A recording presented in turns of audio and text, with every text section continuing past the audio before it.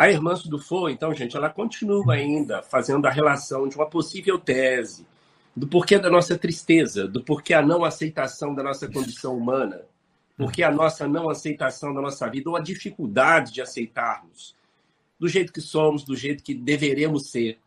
Então, eu comentei uma coisa lá atrás da importância de que só pode haver espiritualização se houver aceitação. Então, se a gente não aceitar a nossa condição humana, fica muito difícil até para o nosso cérebro gerir qualidades ou funções, ou despertar funções em nós. O ego é importante, mas muitas vezes ele passa a ser um ladrão quando não tem harmonia. Porque vocês estudarem, gente, uma questão, tudo é harmonia, tá? Não pode ser de mais nem de menos. Isso é na vida física, pessoal, social, no universo, é impressionante. O budismo já falava isso, o espiritismo também toca nesse aspecto, da harmonia, da temperança. Nós, muitas vezes, na tentativa de fazer um trabalho muito bom, ou na tentativa de tomar uma atitude, ou na nossa própria vida, a gente acaba sendo 880. Isso é uma forma também de fuga, porque realmente a gente tem que procurar manter o equilíbrio, que os espíritos dizem. Só para vocês terem uma ideia, gente, o sódio e o potássio são importantes no nosso corpo, mas se o sódio for um pouquinho a mais, você morre, tem uma parada cardíaca. Se for de menos, você tem uma crise convulsiva, parada cardíaca. E é interessante quando a gente estuda um pouquinho de fisiologia, por exemplo, a faixa de normalidade do sódio é tão curta, se você não é possível, um pouquinho a mais dá problema grave, um pouquinho a menos dá problema grave também. O potássio também. Então, por exemplo, a gente fala que são dois átomos eletrólitos da vida. Estou dando só um exemplo para vocês. Também a glicose, o açúcar no sangue. O açúcar é importante. O cérebro, se ele ficar 8 minutos sem açúcar, ele morre. Ou tem uma lesão irreversível. Quer dizer, a glicemia, o chamado açúcar no sangue, de baixo é uma tragédia, acima também é uma tragédia, você sabe que é o diabetes. Estou dando exemplo para vocês, gente, da importância da temperança, que esse parece ser o caminho, o que a saúde traz, o que os trabalhos de neurociências relatam, que a gente precisa ter harmonia em todas as áreas da nossa vida. Isso não é fácil e cada um tem que encontrar o seu propósito para isso. Mas olha o que ela diz aqui. Os profissionais da saúde mental, e mesmo quando sofrem o amargor do adoecimento psíquico, necessitam aprofundar a sonda do conhecimento nessas desafiantes questões. Somente através de laboratórios de amor, no serviço de intercâmbio socorristas, ela fala da reunião mediúnica aqui para quem não é espírita, tá? Ela fala em intercâmbio socorrista sobre mediunidade. Realizados distantes de preconceitos e convenções, poderá o médico ou pesquisador espírita deflagrar um leque imenso de observações e informações para auxiliar a humanidade cansada e oprimida. Mais uma vez, ela diz aqui, realizados distantes de preconceitos e convenções. Como eu disse para vocês, gente, nós somos o resultado do ambiente e da nossa genética. E a nossa cultura, ela influencia tremendamente na forma de ser, pensar nossa. Cultura não é só a cultura que a gente aprende no livro de história, na escola, não é isso. A cultura começa no ambiente de casa, com seus primeiros cuidadores, que são papai e mamãe, outros cuidadores, pode ser avó, tio. A nossa formação começa com a genética e nesse ambiente. E, portanto, nós, infelizmente, temos esse kit e acabamos realmente carregando preconceitos e convenções conosco. Isso repercute no nosso meio de tratar o nosso companheiro ou outra pessoa que não faz parte do nosso ciclo familiar ou de crença. Então, ela vem falando que há necessidade de avaliarmos esses espíritos ou companheiros que estão conosco tentando sair fora desses preconceitos e convenções, que não é fácil, tá? Eu já falei para vocês que em outros encontros, esse grupo aqui é neurociências, e eu tenho que novamente enfatizar isso, que nós sabemos que o racismo, como todos os outros tipos de segregação, é genético, é cerebral. É o comportamento de bando que o seu animalzinho tem, que o seu bichinho tem, que o gato tem, que o papagaio tem. A gente tende a ficar justamente com aqueles que são afins. Não apenas afins de ideologia, mas até em forma, em gostos, e vai por aí afora. Quando a gente encontra uma pessoa que estaria fora desse círculo de bando nosso, e a gente encontra algum ponto de interesse entre nós e essa pessoa, encontramos algum ponto em comum, diminui um pouco esse comportamento de bando. Eu tenho o meu professor de neurociência, ele fala isso muito bem. Imagina se o um tubarão mudasse para sua casa, você jamais ia querer se envolver com ele. Mas se você descobrisse que esse tubarão estivesse torcendo para o mesmo time que você torce, você ia olhar ele com os olhos mais familiares. Parece uma piadinha grotesca, mas isso é verdade. Isso é verdade. Guardem isso, viu, gente? Então, existe um exercício que o Espiritismo coloca para a gente, e outras doutrinas também, é colocar-se na pele do outro. Isso é um exercício que nos ajuda a aproximar, principalmente nas situações mais difíceis, ou pessoas que temos mais dificuldade de aceitar. A irmã Dufour, ela fala de uma qualidade que todos nós somos convidados a desenvolver a cada vez mais, que é justamente a alteridade. A alteridade é a nossa capacidade de conviver com o diferente. Muito difícil, gente, para todos nós, principalmente quem já chegou na minha idade e conviver com pessoas com ideias mais joviais. É difícil. Essa galera está chegando com coisa boa, é verdade. Tem muita distorção, tem muita disfunção psíquica, cultural, de ética, de gosto, de fato. Mas é o progresso. E às vezes não é fácil viver com o diferente. Mas essa é uma qualidade dos espíritos que querem realmente amadurecer, daqueles indivíduos que querem de fato se humanizar, né? Então, é essa questão que eu estou chamando a atenção para vocês, que é um desafio nosso, de a gente fazer esse trabalho, de entender esses espíritos, de entender o próximo, e pouco a pouco nos distanciar desses preconceitos e convenções. Vejam só, gente, o preconceito e convenções é um kit do nosso cérebro, guardem isso. Ele serve justamente para a nossa sobrevivência, para a sobrevivência da nossa espécie, do nosso grupo. Mas o espiritismo e a questão religiosa, aí que vem a parte brilhante das religiões, é tentar tirar um pouco, todos nós, desses convencionalismos, isto é, desses automatismos que o nosso cérebro tem. Se a gente não fizer além, a gente vai viver de acordo com o que o nosso cérebro quer que a gente viva. Nós não somos o nosso cérebro. O cérebro é uma máquina para a nossa sobrevida, em todos os aspectos. É por isso que nós estamos discutindo isso. Então, de fato, os preconceitos e convenções somos um resultado do ambiente e da genética, mas podemos cada vez mais calibrar isso, tá? Ninguém mata isso em nós. Guardem isso, gente. Isso é muito importante, isso é bonito. A gente não vai destruir em nós a tristeza, o medo, a raiva, aquelas emoções básicas. E algumas funções do nosso cérebro, a gente não vai matar eles enquanto a gente estiver encarnando na espécie humana. É aquilo que a Ângela falou. Não dá para a gente ficar estudando espíritos que estão fora da espécie humana ou abaixo dela. É viajar na maionese. Nós estamos aqui conversando de espíritos que pertencem à nossa espécie, que têm as necessidades nossas. Nós estamos num processo de humanização, é verdade, de aceitação da nossa humanidade. Então, a situação é calibrar todos esses kits que nós temos, que servem para a nossa sobrevivência, inclusive o ego, o egoísmo, que a gente tanto fala, infelizmente, às vezes, nos meios religiosos, até no meio espírita, realmente colocado como algo demoníaco, né? A questão do egoísmo ou do ego, mas que faz parte da sobrevivência da mente. Bom, mas ela continua mais à frente. Além dos reflexos que conduzem em si mesmo, os doentes mentais cujos quadros exibem componentes dessa natureza ainda sofrem de simbioses intrigantes, desconhecidas até mesmo pelos mais experientes doutrinadores. Para quem não é espírita, gente, doutrinadores são aqueles indivíduos que têm um pouquinho mais de conhecimento de evangelho e espiritismo e têm a oportunidade de acolher os espíritos em sofrimento através do médium. Esses espíritos vêm através do médium e eles são atendidos de forma assim muito bacana, muito bonito o trabalho mediúnico. Mas que, de fato, nós estamos ainda muito longe dessa proposta que a irmã se fala, porque ainda nós não conhecemos a necessidade real desses espíritos.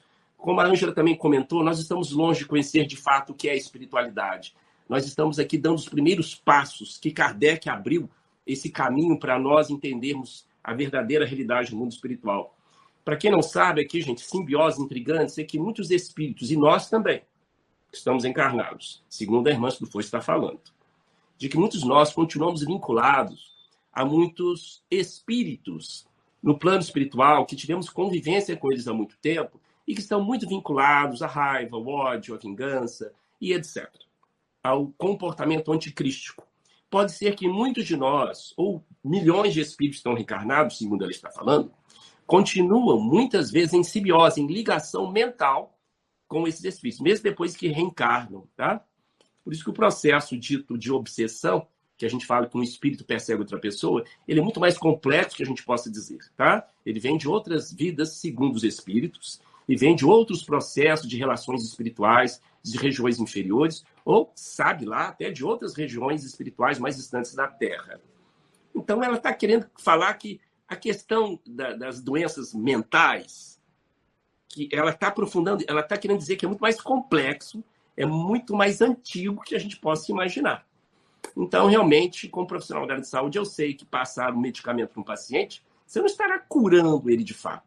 Tanto que para a medicina hoje, só para vocês terem uma ideia, 60% dos casos de depressão, ou 70%, eles são praticamente incuráveis. Porque a gente fala que o paciente fica estável, mesmo sem remédio, mas ele não cura. Ele pode ter altos e baixos, mas existe uma estabilização. Não existe um remédio que cure a depressão, remédio que ele tome, tá? Existe terapia, são coisas importantes.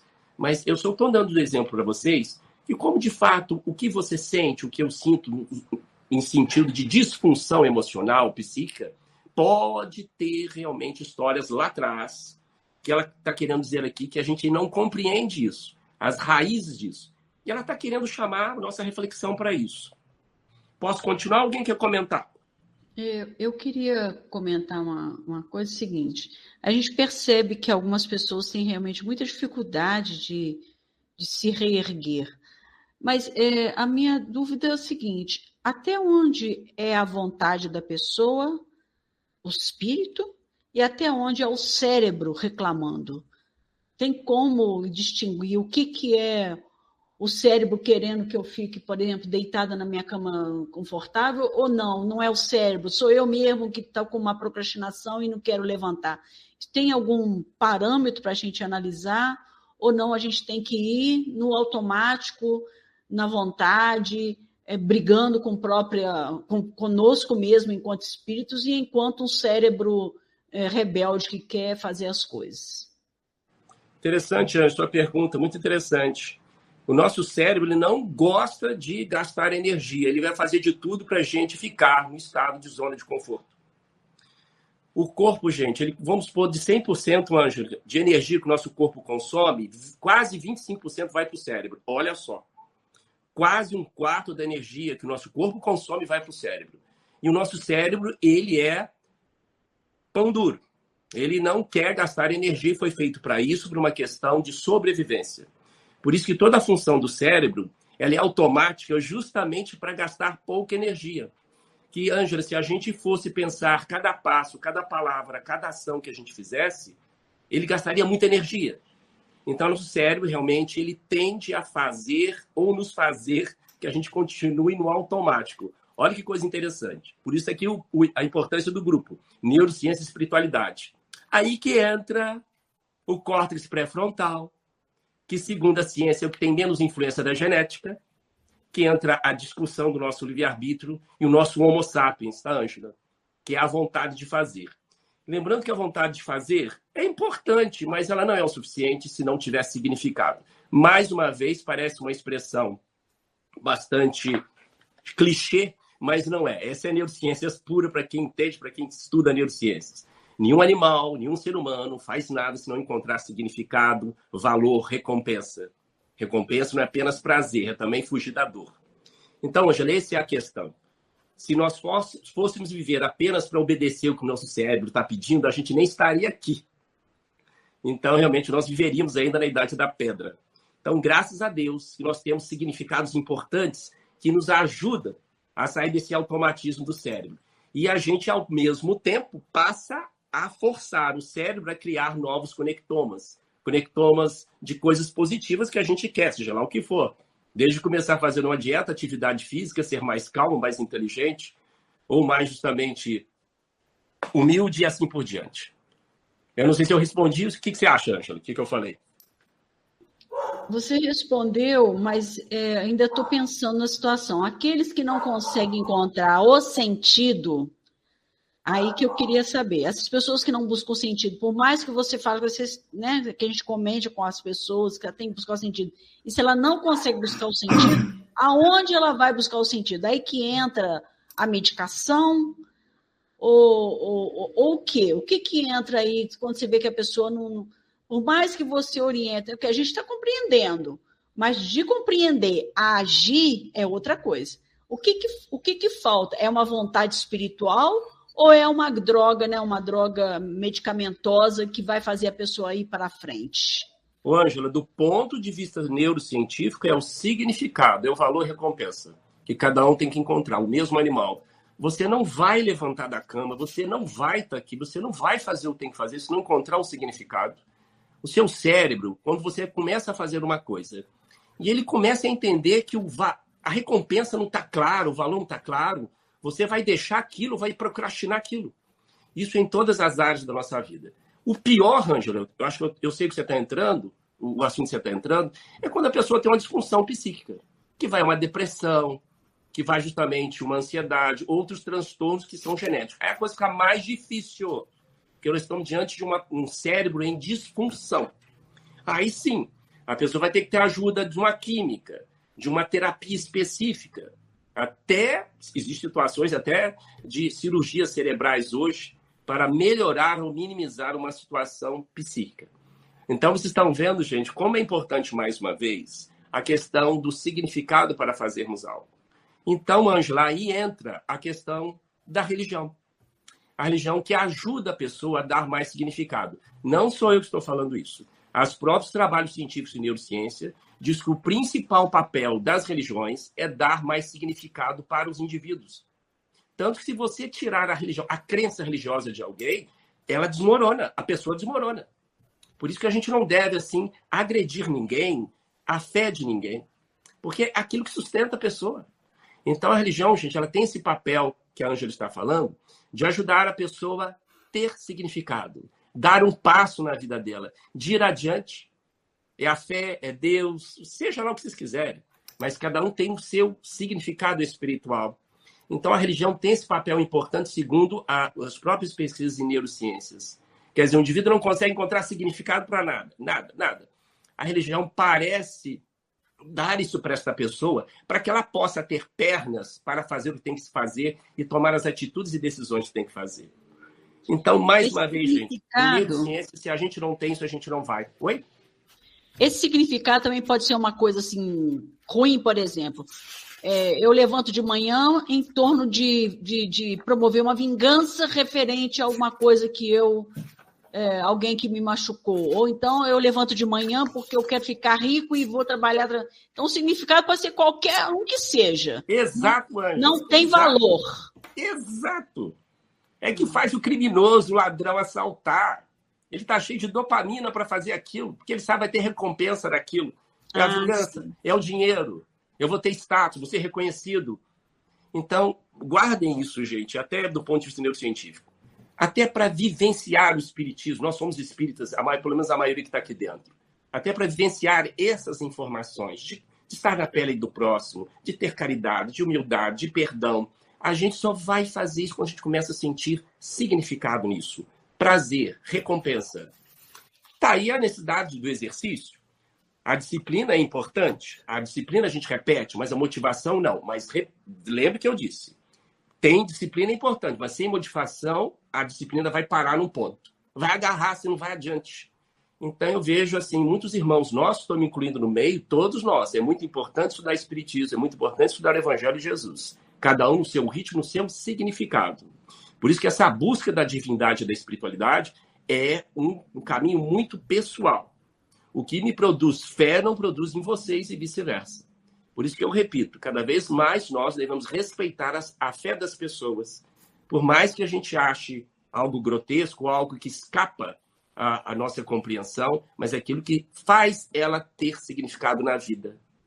Então, cada um tem que encontrar o seu significado na vida. A Ângela falou, um negócio ruim, negativo, tá, mas ele está encontrando, ele está errado. Mas é que ele está fazendo ele andar. Até que um dia vai quebrar a cara de algum sentido. Mas o cérebro procura isso. Guardem isso. Isso é com o animal, é conosco. E todos nós, quando estamos desenvolvendo uma ação para se tornar o hábito, esse hábito só vai ser realizado quando encontrarmos o significado. Lembrando que o hábito, gente, é uma ação que se torna automatizada. A gente nem pensa. Aquela pessoa que costuma sempre ficar estressada por qualquer coisa, que xinga por qualquer coisa. Isso já criou um conectoma para isso. Diante de um estresse, o cérebro já está preparado para reagir daquela forma. Porque já foi treinada para isso. Assim, tudo na nossa vida. A nossa capacidade de plasticidade cerebral é muito grande e pouco explorada, porque nós somos grande parte de todas essas redes. Eu falei semana passada um trabalho neurocientífico muito importante, guarda isso. Grande parte do que somos, e grande parte, de fato, do que somos, se deve ao que falamos e escutamos. Então, grande parte do que somos se deve ao que falamos e escutamos. Que ele produz justamente uma reverberação e conexões cerebrais. Então, muito cuidado com frases até em tom de brincadeira. Todos nós fazemos isso. Frases pejorativas, negativas, que falamos em tom de brincadeira, mas o nosso cérebro está escutando isso. E ele trabalha no automático. Eu estou colocando justamente uma ação para ele repetir várias vezes, ele faz aquilo. Ou porque eu acho engraçado, que eu acho bonito, ou me identifico com aquilo. Olha só que coisa doida que o nosso cérebro faz. Só porque eu falo uma coisa várias vezes, ou escuto o vizinho, meu amigo, falar várias vezes coisas comigo, eu acabo fazendo. Então, como o ambiente, gente, as pessoas que nós convivemos, influenciam nas nossas tomadas de decisão. Pode ser a decisão mais boba que você está pensando. Você, na maioria das vezes, a sua decisão é influenciada pela expectativa que as pessoas têm de você. Quando você toma uma decisão, você não está levando em conta somente a sua vontade e a expectativa, mas você leva em consideração as expectativas que as pessoas têm de você. Olha a importância, mais uma vez, de selecionar os nossos meios, tá? Essencial. Bom, mas vamos lá. Olha o que ela diz depois. A história da evolução da alma na humanidade é um assunto de valor na erradicação dos mais variados problemas sociais. Já não basta mais uma análise perfunctória das lutas humanas, isso é superficial. É necessário, imperioso, que os corações mais comprometidos com a arte de amar, estando ou não sob a luz da ciência, lance-se ao mistério da pesquisa fraterna e da investigação educativa, em atividades que transpõem os limites institucionais do exercício mediúnico e de terapias experimentais, no intuito de rasgarem os véus. Aqui, gente, é um parágrafo, esses últimos parágrafos, ela está falando principalmente para os espíritas, tá? Aqueles que fazem um trabalho nas instituições espíritas, chamadas reuniões mediúnicas, que atendem vários espíritos doentes através dos médiuns, eles são ajudados, etc, etc. Mas eu chamo a atenção aqui o quanto que ela evoca a questão da fraternidade, de sair justamente das questões de preconceitos, convenções, de rótulos. Então, mais do que nunca a gente aceitar os encarnados e desencarnados, com as crenças, com o ponto de vista deles, sem querer simplesmente enquadrá-los no que nós achamos certo, apenas ajudá-los. Isso é uma questão desafiadora, como eu disse, porque o nosso comportamento de bando, no linguajar neurocientífico, a gente tenta enquadrar todas as pessoas nos nossos pontos de vista. Por isso, é importante desenvolver a qualidade da alteridade que ela diz. Saber viver com o diferente, sem ser conivente, tá? É saber conviver com o diferente sem ser conivente. Não é porque você está fazendo uma coisa errada, eu vou aceitar isso. Se essa coisa errada está prejudicando todo mundo. Mas é desafiador isso. E mais adiante, ela vai fazer até uma questão de Allan Kardec. Uma indagação do codificador na questão 973 de O Livro dos Espíritos merece análise na conclusão de nossos raciocínios. Quais os sofrimentos maiores a que os espíritos maus se veem sujeitos? Kardec pergunta, né? O que eles sentem? O Espírito da Verdade responde a Kardec: não há descrição possível das torturas morais que constituem a punição de certos crimes. Mesmo que as sofra, teria dificuldade em vos dar delas uma ideia. Indubitavelmente, porém, a mais horrível consiste em pensarem que estão condenados sem remissão. Segundo os trabalhos e as obras literárias espíritas, relata que o grande número, milhões de espíritos se encontram nas regiões inferiores, ou quando morrem, estão do outro lado em sofrimento, devido a questões culturais e religiosas que tiveram principalmente na Terra, eles têm a ideia que vão sofrer para sempre, que é a ideia do inferno, o inferno católico, o inferno protestante, que é realmente irreversível o sofrimento dele.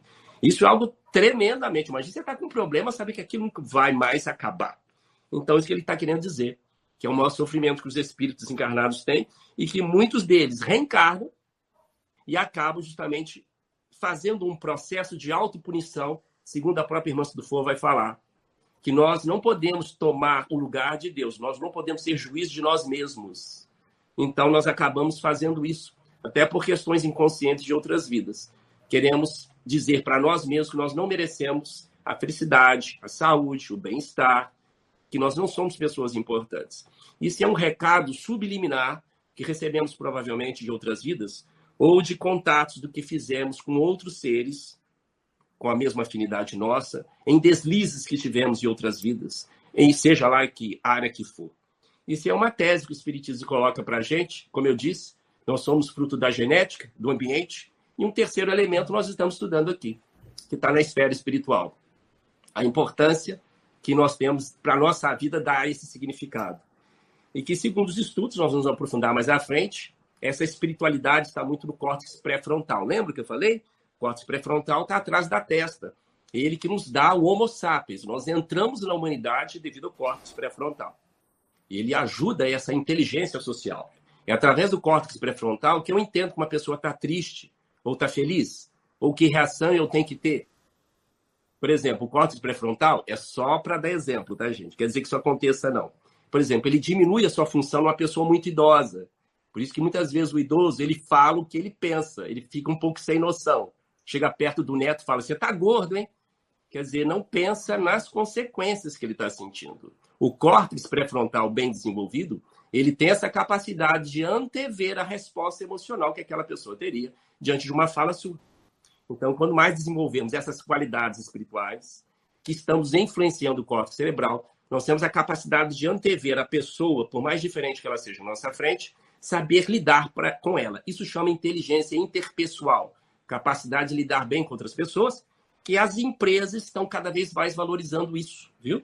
Que é a capacidade de conviver com o outro.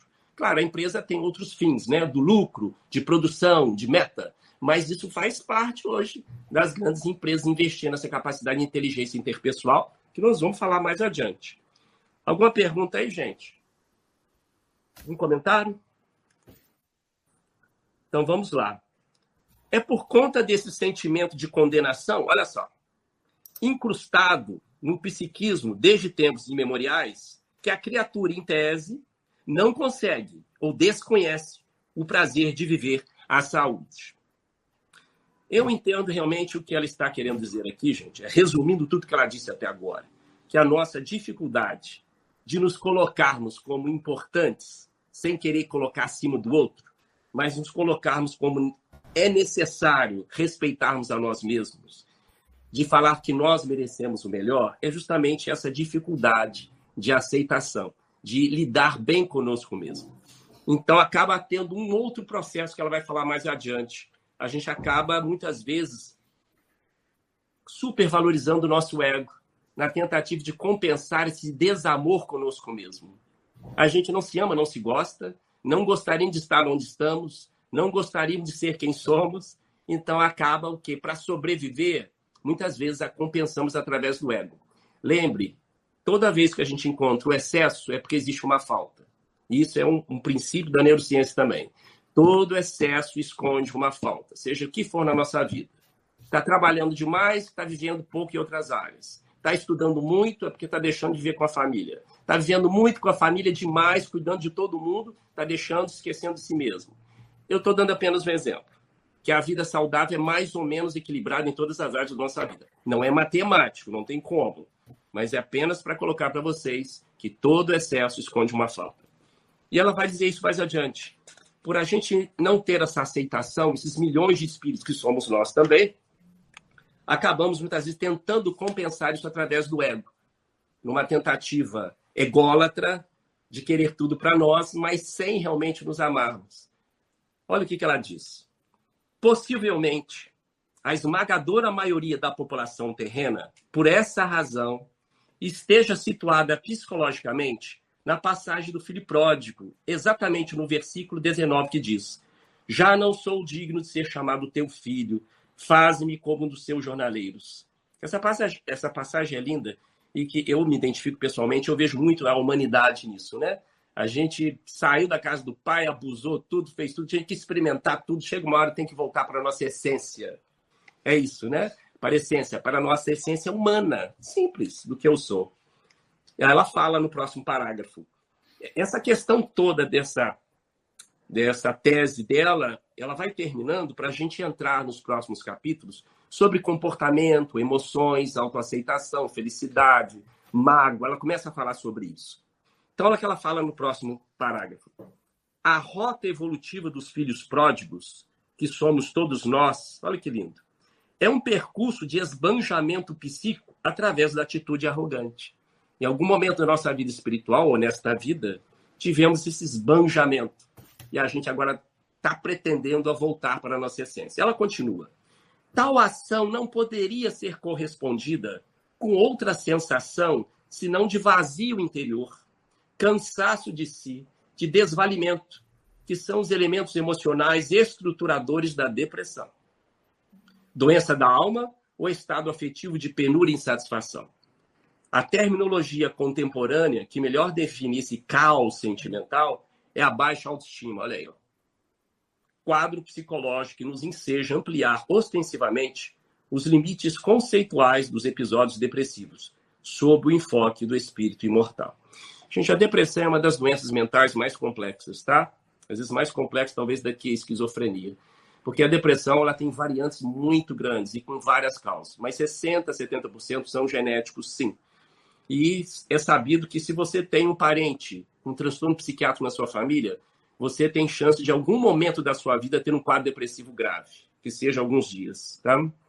E lembrando que, segundo a Universidade de Michigan, como eu falei, pelo menos metade da população do planeta terá ou tem alguma disfunção psiquiátrica. Se não for você, sou eu e vice-versa. Então, você vê que isso é uma coisa muito comum da própria espécie humana. A gente está tentando se organizar emocionalmente. Depois, eu acho que muitas reencarnações é a nossa tentativa de reorganização dessa nossa psique. Então, o ponto que a irmã Sudufo toca, gente, ao longo deste livro, é justamente isso. A baixa autoestima. Muitas vezes, na tentativa de superar, de suplementar a nossa baixa autoestima, a gente parte justamente para supervalorizar algo que fazemos ou algo que somos. Então, a gente passa a ter as máscaras sociais, que elas fazem parte da nossa sobrevivência, tá? Máscara social não é porque o indivíduo ele está escondendo algo das pessoas. A máscara sociais ela faz parte da nossa sobrevivência social. Mas acabamos justamente na tentativa de compensar a nossa baixa autoestima, passamos a nos achar demasiadamente superiores ou importantes em determinada área. Mas nós estamos precisando de acolhimento.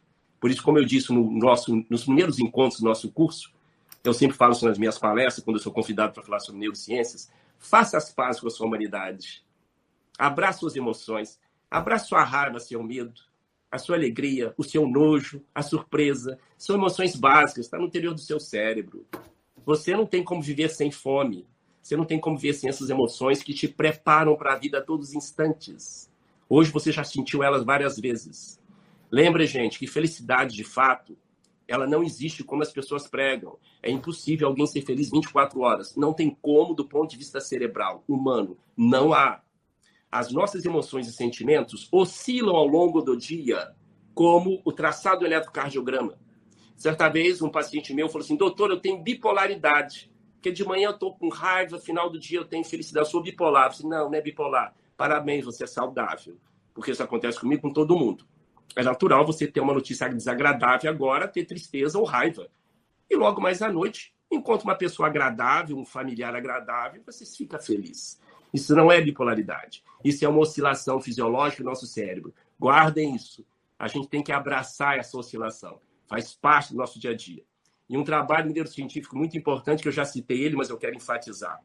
Trabalhos realizados sobre felicidade demonstraram que aquelas pessoas que estavam constantemente querendo ser felizes, elas não eram capazes de antever consequências potencialmente negativas. Porque a felicidade ela diminui a capacidade do córtex pré-frontal de antever consequências perigosas. Por isso que em neurociência a gente fala, nunca discuta quando estiver com raiva e nem faça promessas quando estiver feliz. Guardem isso. Nós vamos falar sobre as emoções. Todas as nossas escolhas ou todas as nossas ações são influenciadas pelas nossas emoções. Não há escolha racional. Guardem isso, bem grande, viu? Mãozinha aí. Não há escolha 100% racional. Todo mundo terá influência das emoções ou dos sentimentos, tá? Pelo menos emoções mais básicas. pode ser justamente a conduta mais racional, ela será justamente influenciada pelas emoções, mesmo na matemática, mesmo com planilha e etc. Nós vamos falar mais sobre isso adiante. Terminando aqui, dá tempo, Renato? 3 minutos. Não, então não vai dar, não vou esticar. Alguém quer fazer um comentário? É que você falou nas semanas passadas que o que nos diferencia dos nossos irmãos que tem alguma espécie de problema, né, é a intensidade dos sintomas quando a gente tem algum problema psicológico, né? Mas também isso... e duração, Renato, intensidade e duração. Intensidade e duração. Mas isso também vale no sentido também oposto, no que se refere, por exemplo, à parte da alegria. Quando você está muito alegre, outros não estão da mesma maneira, com essa mesma emoção. Agora, só que aí, se você tiver com muita alegria, também está exacerbando a emoção, também não está normal, né? Foi uma coisa que eu observei aqui. Achei muito interessante. Pode falar, Renato, pode falar. Não, achei muito interessante essa parte psicológica aí da irmã, se ela comentando isso. E com certeza vai desdobrar mais aí para frente. Só isso. Renato, só dando exemplo que você está falando, só para vocês refletirem. Não sei se vocês conhecem uma pessoa com bipolaridade de fato. O paciente que tem uma bipolaridade na fase de mania, ele é capaz de estar numa alegria contagiante, super falante. É impressionante. Tanto que ele é capaz de te envolver. E, de repente, você vai ver que depois ele fica com outra cara, depois de alguns dias. Não é na mesma hora, não. Dias depois ele entra numa depressão severa e quer se matar. Então, só para você ter ideia, quando chega a esse nível, né? É o equilíbrio que eu disse no interior, gente. O nosso cérebro ele é feito para o equilíbrio.